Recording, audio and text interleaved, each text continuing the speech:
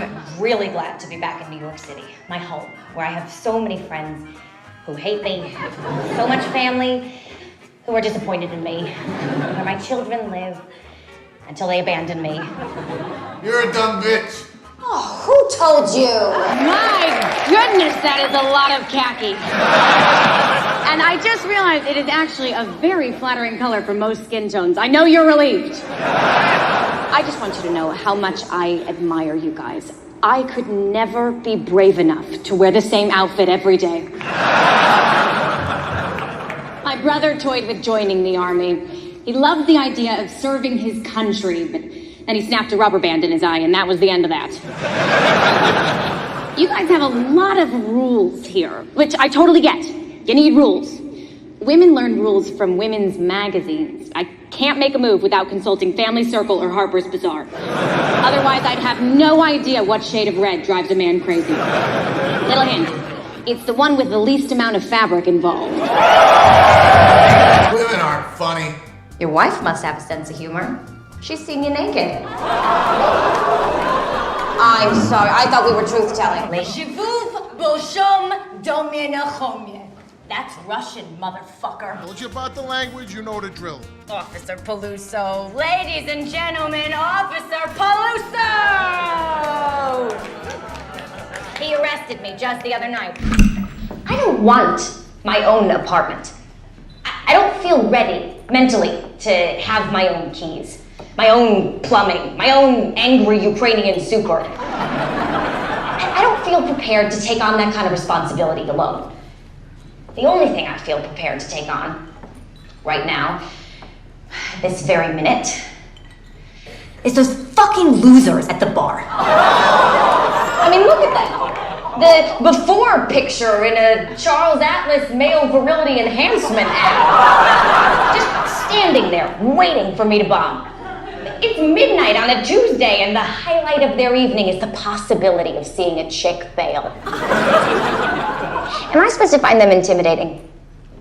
Because all I see is a lineup of men who had to go into comedy just to get laid. Seriously, we know that if, say, Eugene, over there, came up to you at a bar in his big boy suit with his tiny baby hands and no opening line pre-written for him, he'd be sent crawling home alone to whack off in his onesie. And stand. I would like to repeatedly kick every man in here in the balls over the course of the next several hours. I won't, though. I am still a lady. I was outside talking to the guys, and Lindsay here whips out his wallet. What did you think I was gonna say? His penis? No, that was already out. I met one potential date and he was perfect husband material. I knew he was, because that's what his wife told me. Yes? No? Kind of an in-betweener. Reject? I'll marry you. Who's that? Cousin Shmuley, come on, man, we talked about this. Now, I'm Jewish, I'm from New York, and perhaps exotic to some of you, so I thought it would be helpful for me to present for you a primer to the Jewish people. First of all, we are always ready to talk about food. Seeing you all eating dinner, I just want to ask what you're eating, if it's good, and tell you what you should have ordered. Complaining! This is big with us. What repressing your emotions is to wasps, complaining is to Jews. It's second nature. But the key is the complaint should never be about big, important things, only little things like, it's hot out. This restaurant is so far. The line is so long. You know, things nobody can do anything about. Remember, you're not trying to fix anything. You're just trying to be heard. Guilt is big with us, and we use it wisely. And it's not for making yourself feel bad about something you did. It's for making someone else feel bad about something they didn't do. Jewish parents. Mm-hmm. Yell at your sons for not eating enough. Yell at your daughters for eating too much. And there's the saying often attributed to our great prophet Avraham, anything you can do isn't all that interesting to me. My parents are people who do not like change. When my husband left me, my father said, go get him back. Like I'd accidentally left the barn door open and Bessie the cow had wandered off. And when I didn't go get him back, as instructed, my father was furious. My mother still hasn't heard he's gone, so she hasn't reacted yet. I mean, she's been told, she just hasn't heard it. I don't understand what's going on. Me either, sister, me either. There are so many questions spinning around in my head. Why did he leave? Why wasn't I enough?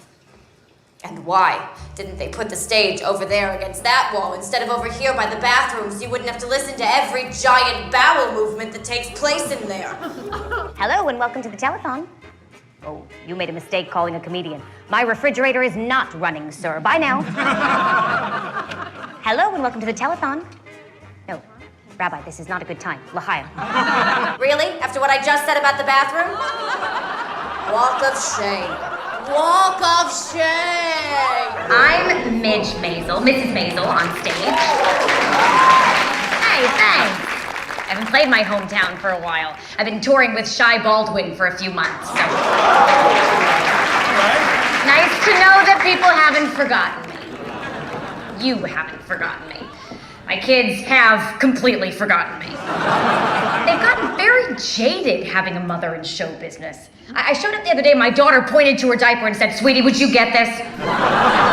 Then she lit her cigarette, refilled her daiquiri bottle, and fired her agent. Now both her parents are in the biz. Oh yeah, this is what happens when you leave. Remember the first time? In case you don't know, this club is owned by my, again, soon-to-be ex-husband, Joe Maisel. And I am here tonight to say, that half's mine. I'm kidding. Always take the side with the bathroom. Joel is a great father. And I just wanted to get up here and tell him that because we had a little tiff earlier this week about our son. Our 5-year-old just got into collegiate, and it costs so much we have to sell him for parts to get the tuition. My daughter is watching this process very nervously. It's so hard to raise kids when you're married. It's really hard to raise kids when you're divorced. But it's not that hard to raise them when their dad's a great guy. But Joel, there's no fucking way our kids are going to school in Queens. I'll burn this fucking place to the ground. Have a great time, everybody, and drink up. All proceeds go to collegiate. So my life completely fell apart today. Did I mention that my husband left me? Woohoo! Okay. All right, but did I mention that he left me for his secretary? She's 21 and dumb as a Brillo pad. And I'm not naive. I know that men like stupid girls, right? But I thought Joel wanted more than stupid. I thought he wanted spontaneity and wit. I thought he wanted to be challenged. You know what I mean? You two are gonna be together forever. I'll tell you this much. I was a great wife. I was fun. I planned theme nights. I dressed in costumes. I gave him kids, a boy and a girl. And yes, our little girl is looking more and more like Winston Churchill every day, you know, with a big Yalta head, but that's not a reason to leave, right? Anyone know this fucker? Dr. Spock? I had never read this. Not until my son started doing this really weird thing where I wake up and he's staring at me like he's planning things. And I'm thinking, well, right now he's small. I can take it. But in a few years...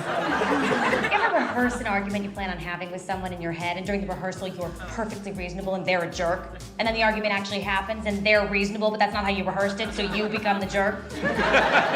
One of the things he says is, trust yourself. You know more than you think you do. Are you fucking kidding me? That's his sage advice? You got this? Trust me, I don't got this.